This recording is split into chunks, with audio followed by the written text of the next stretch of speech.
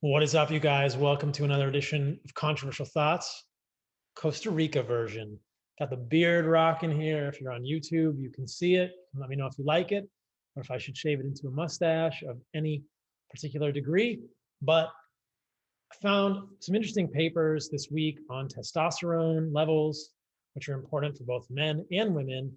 And I'm also going to talk about estrogen levels in women. So it's going to be a whole talk on sex hormones in relation to the fatty acid content of the diet, specifically high fat versus low fat.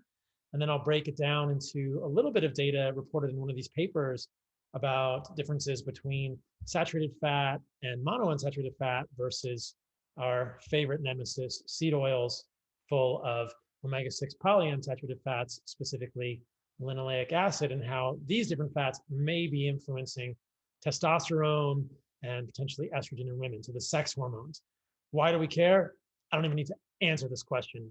The guys listening to this all want higher testosterone. We want to be men. We want to grow beards. We want to have muscles. We want to have genitalia that work. It's important for our sex drive and our energy. Low testosterone is associated with tons of bad outcomes. And the same goes for women.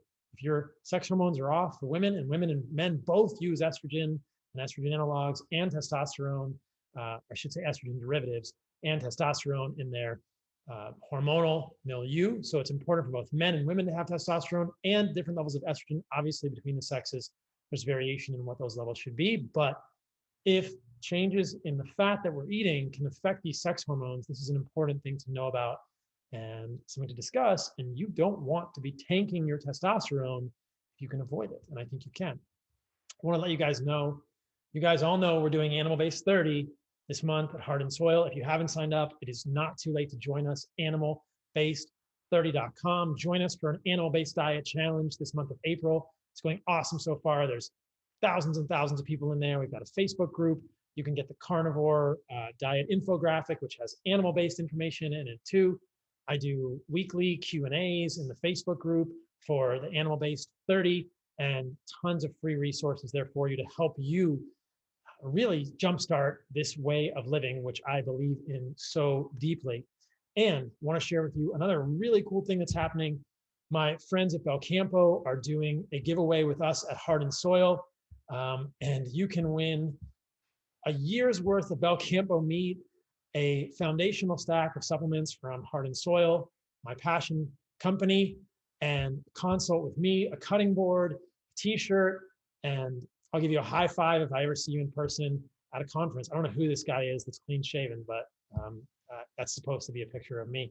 So anyway, if you guys want to get entered in this contest to win a year's supply of Belcampo, a year's supply of our supplements from Heart and Soil, go to this website, Belcampo/pages/heart-soil, and put your name in here, enter the sweepstakes, and we will be announcing it at the end of, well, the beginning of April is when that contest will end. So you guys know about Belcampo. I love them. You guys know Heart and Soil. These are the desiccated grass-fed organ supplements that I believe in so deeply. Check us out at heartandsoil.co if you need more organ supplements.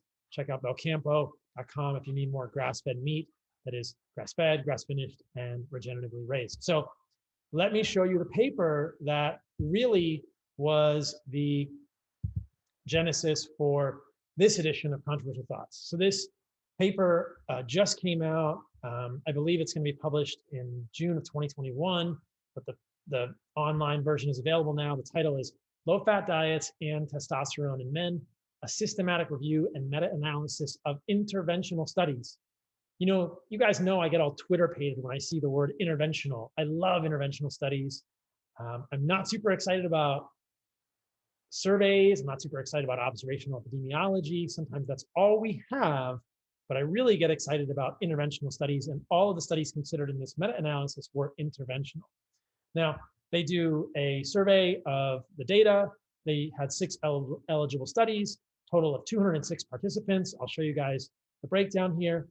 But if you look across those 6 eligible interventional studies looking at high-fat versus low-fat diets in men, looking at men's sex hormones, testosterone, free testosterone, dihydrotestosterone, what you find is that there were significant decreases in sex hormones on low-fat versus high-fat diets. That caught my attention. Okay, you guys all know I'm a huge fan of high-fat diets. I'm a huge fan of animal fat.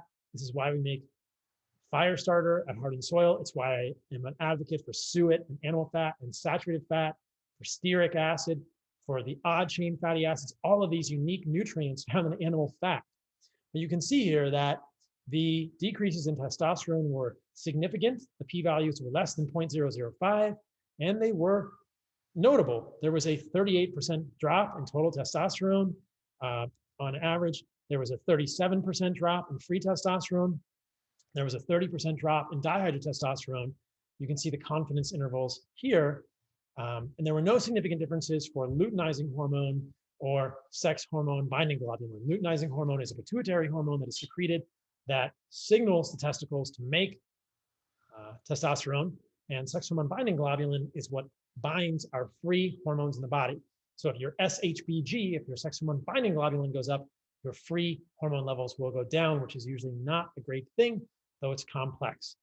Now, in their conclusion, low-fat diets appear to decrease testosterone levels in men, but further randomized controlled trials are needed to confirm this effect. I hope we do them, because if you look at these trials, I mean, what are the plant-based folks advocating for? They're advocating for high fiber, low fat diets. And why would we think that's a good thing evolutionarily is beyond me, but studies like this continue to point in the direction of what I believe is an animal-based diet, and I will show you why.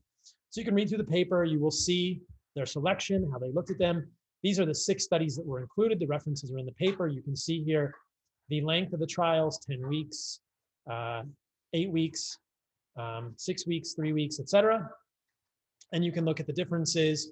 They break all the studies down. I'm going to show you guys the first one in detail in a moment. You can see the forest plots here of total testosterone on a forest plot, showing the drop in total testosterone with a low-fat diet across the majority of these studies, and the clear trend across these studies with a 38% overall standardized mean difference. You can see here total testosterone subgroup analysis. Again, you can see free testosterone forest plot. You can see urinary testosterone forest plot. And you can see luteinizing hormone forest plot. Like they said, no real difference here. And the sex hormone binding globulin forest plot. Here's the dihydrotestosterone forest plot. I have a podcast coming soon with my friend Robert English, where we talk about men's hair loss, male pattern baldness, alopecia areata, telogen effluvium. These are all different conditions, and we talk a lot about dihydrotestosterone, so stay tuned for that. But if you look at their discussion, I thought it was pretty fascinating that they noted that there are studies that have been done previously that show the largest decreases in total testosterone were seen in the 2 studies with vegetarian low-fat diets. This is Hill 1979, Hill 1980, linked here in the paper, reference 44 and 49. They say these diets may have been lower in zinc, which is a common feature of vegetarian diets. I've noticed that I've mentioned that in the past, that vegan, vegetarian, plant-based diets are very deficient in many minerals, including zinc, and we know that zinc deficiency has been found to decrease total testosterone. Now, dietary fiber intake, as they mentioned, was likely higher on low-fat diets versus high-fat diets, which has been suggested to increase testosterone excretion by modulating enterohepatic circulation of steroids. So what they're saying here is that if you eat more fiber, the testosterone is potentially going to bind to the fiber, get passed out of your gut and your poop instead of getting recirculated. It's up for debate in terms of estrogen or testosterone whether this is a good thing, but it could lower overall testosterone. Interestingly, they found that luteinizing hormone excretion decreased on low-fat diets, suggesting that decreased testosterone production rather than increased testosterone excretion was behind the cause here. So perhaps it wasn't increased excretion due to the increased fiber. It was actually decreased testosterone production. And that's a bad thing. You would not want that on a low-fat, high-fiber diet. You want increased testosterone production.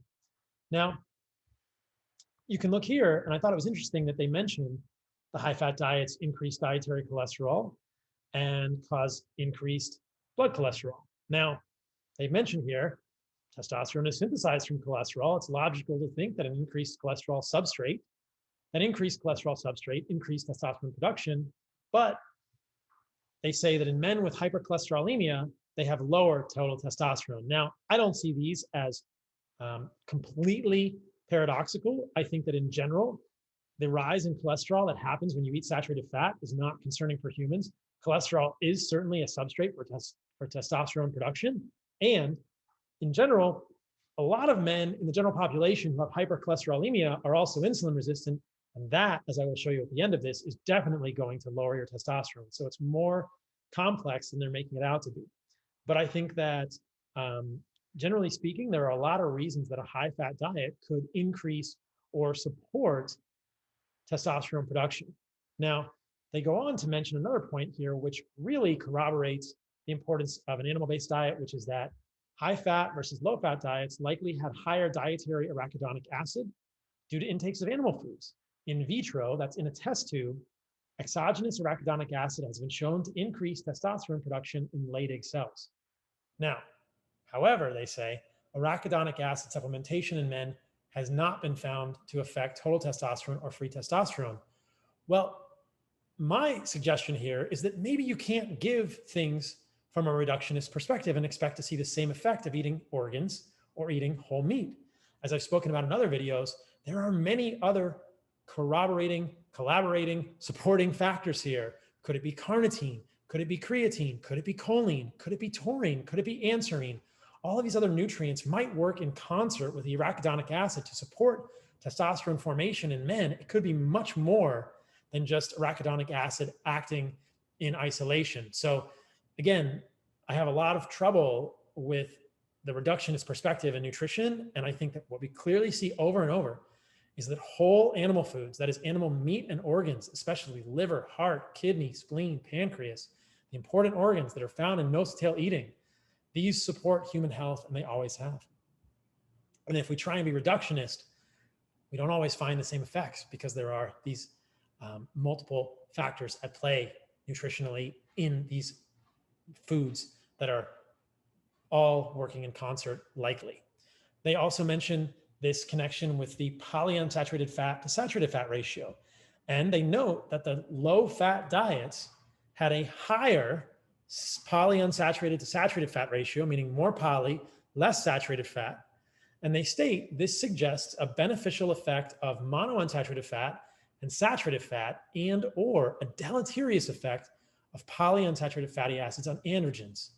A similar but ineligible study found that decreasing monounsaturated fat and saturated fat while increasing polyunsaturated fat, keeping total fat intake stable, decreased total testosterone by 15%. So again, polyunsaturated fat begins to look worse and worse for testosterone production here.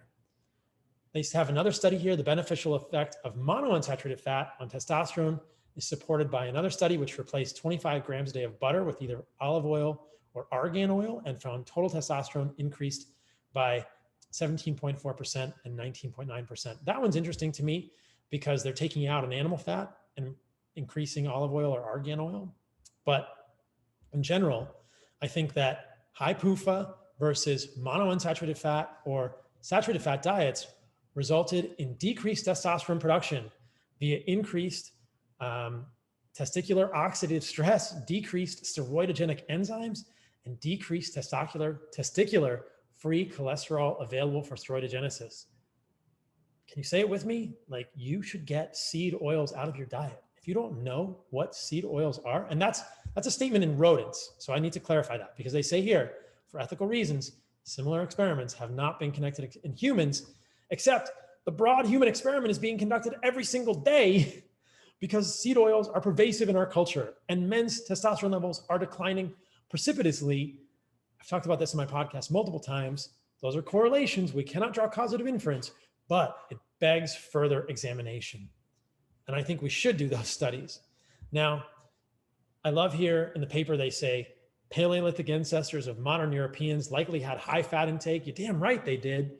Look for an upcoming podcast with my buddy Miki Ben-Dor talking about the human trophic level of eating. He had a paper published recently that everybody's been sending me about how humans were carnivores or hyper-carnivores, meaning they were eating 70% of their diet as animal foods. And I thought, yeah, I know. I've talked to Miki Ben-Dor on the podcast in the past, but that podcast is coming soon. In fact, it's coming in 2 weeks. And they say Paleolithic ancestors had a high fat intake. reliance on animal foods in the 20th century hunter-gatherers increases above 40 degrees latitude. As I talk about with Mickey, I think that reliance on animal foods would have increased when there were more megafauna around 50, 100,000 years ago. So currently living hunter-gatherers are not always the best estimation of the macronutrient ratios of our historical predecessors. So they note here there has been a decline in testosterone over the years. It's quite scary, but I thought this paper was really interesting and begins to point a finger at the problems that you might encounter with a low-fat, high-fiber diet. Can we think of a low-fat, high-fiber diet? Yeah, like a plant-based diet. Exactly. Why would we want to do that? Why would we put a whole bunch of fiber in our bodies that's going to cause gas and bloating? If you can tolerate a little bit, fine. You don't need it. It's not a panacea. It's not magical. It's not unicorn farts. It's not Sasquatch. It's not Santa Claus. It's not the Easter Bunny. It's not magical. Fiber is not magical. You don't need it to be healthy. You don't need it to poop. I've talked about that a million times. And if you couple a high fiber diet with a low fat diet, you're probably going to decrease your serum testosterone in men, and in women, you could also affect your testosterone and your estrogen. I want to show you guys one of the studies that was cited in that actual paper. So this is the Dorgan Study, the effects of dietary fat and fiber on plasma and urine androgens and estrogens in men. This is a controlled feeding study. Again, this is a crossover design, 43 healthy men, high fat, low fiber diet for 10 weeks, and a 2-week washout period crossed over to the other diet. And they found that the testosterone was reduced, total testosterone was reduced. So this is actually one of the interventional studies from that meta-analysis paper, but you can see the different diets, you can see the ranges of saturated fat, polyunsaturated fat, monounsaturated fat on these two diets. And if you look in here, you can see the way that SHBG changes, you can see the way the testosterone changes, but it doesn't look good for these diets. Now, interestingly, they point this fact out. They say because the major source of estrogen in men is the peripheral aromatization of androgens, our finding of an increase in urinary excretion of testosterone, but a slight decrease in excretion of estrone and estradiol after a high-fat, low-fiber diet was unexpected. However, it's possible that this was the result of a decrease in the peripheral aromatization of androgens that offset the slight increase in androgen amounts. So many men get worried about aromatization, peripheral aromatization. This is an enzyme called aromatase that converts androgens, testosterone, into estrogen. Generally, as men, we don't want lots of estrogen. We need a little bit to be healthy, but we don't want tons. But if a high-fat, low-fiber diet, something maybe like an animal-based diet, could decrease peripheral aromatization, that might increase testosterone and decrease estrogen, leading to masculinity, which is what we want as a man. So I thought that was fascinating. They say no data are available on the effect of dietary fat and fiber on peripheral aromatization, at least not when that study was published. It's something I want to look into in more detail in the future because that is a fascinating possibility. And if indeed a high-fat, low-fiber diet could decrease peripheral aromatization of testosterone, that is something many men would be interested in. Now, I mentioned women as well. There have been some studies in women. So this is a study done in women. The title is The Effect of a Low-Fat Diet on Female Sex Hormones. And you can see here that after 2 months, they crossed over. So this is again a crossover diet, 33 women. They're either doing a standard diet, deriving 40% of their energy from fat, or a low-fat diet, 20% of their energy from fat. Serum hormone lipid levels were measured in the middle and the end of each dietary period. In premenopausal women, low-fat diet appeared to decrease levels of both non-protein-bound estradiol, so that would be free estradiol, and non-protein-bound testosterone. So it's decreasing the levels of these sex hormones. Again, usually not a good thing. Cholesterol levels were lowered by the low-fat diet. Physicians of the world rejoice, except that was correlated, or there was association with estradiol, testosterone, dihydroepiandrosterone, DHEA, and all the hormones are going down. It's probably not a good thing. It's not always bad that your cholesterol goes up. But again, the point of this one is that in women, low-fat diets appeared to have the same effect on hormones, pushing them down, which is probably not a good thing. Now, I want to talk a little bit about other ways that people get worried about tanking your testosterone. And that is something like a ketogenic diet. Now, in general, I think the best way to tank your testosterone is to eat a low-fat diet of which the fat is mostly seed oils and put a lot of fiber in there. And that sounds like a plant-based diet to me. I'm just saying. But people often ask me, is a carnivore diet or a strict carnivore diet, not an animal-based diet, which includes carbohydrates, but a strict carnivore diet going to lower my testosterone?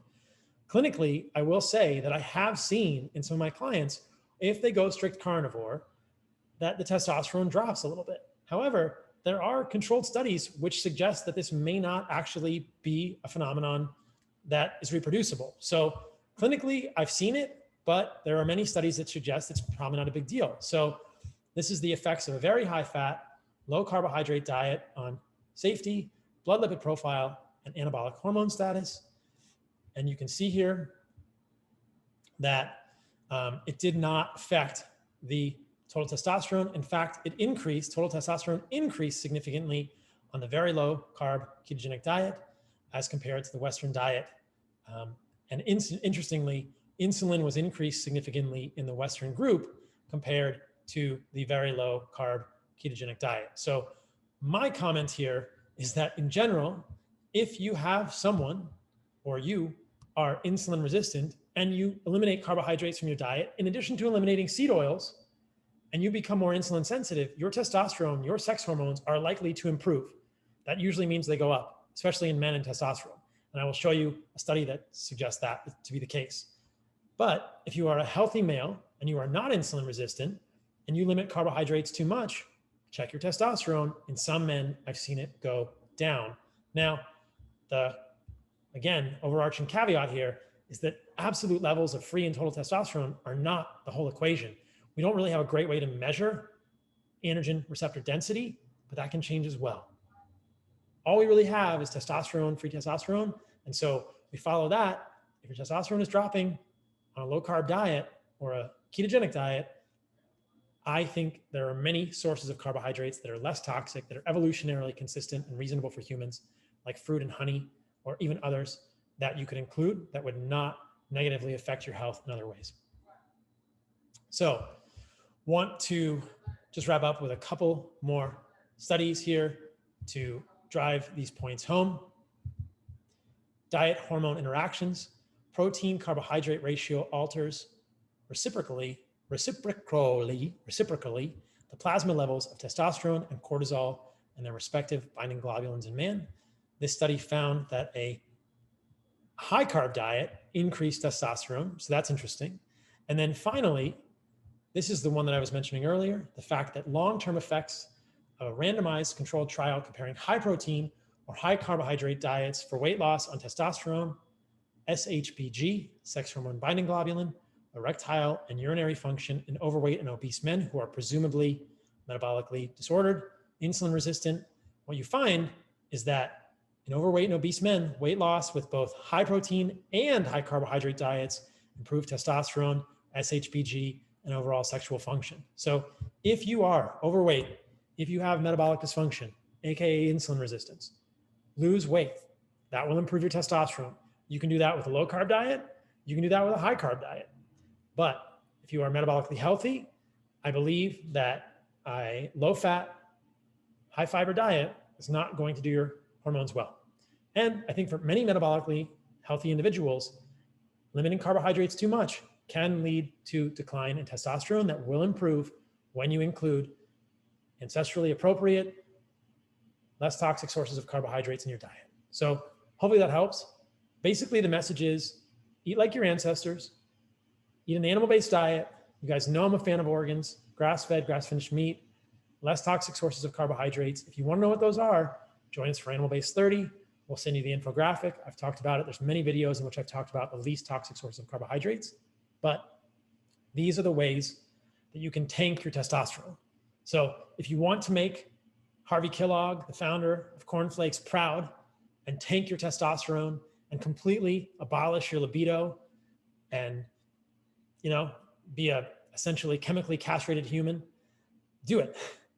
But that's not how I want to be. And that's probably not how you want to be either, because Our sexuality as humans is important. It's how we reproduce. It's how we bring life into this world. It gives us a lot of pleasure. It's a huge part of who we are. And to be a healthy, functioning human, whether you're thinking about it sexually or in terms of cardiac health, mood, strength, everything, having the proper levels of sex hormones is important, and you do not want to tank them. I'm concerned about low-fat, high-fiber diets. I'm concerned about plant-based diets. But then again, you knew that. All right, guys, thanks for watching this video. Check us out at heartandsoil.co. If you need no-till nutrition in your life, if you need desiccated organ supplements, we've heard from so many people that just including this simple capsule with desiccated organs is a spark. They feel it. They feel better. It improves their libido. It helps them lose weight. It improves satiety, improves their energy. And this is because the nutrients in organs are so unique. So check us out there. Stay radical.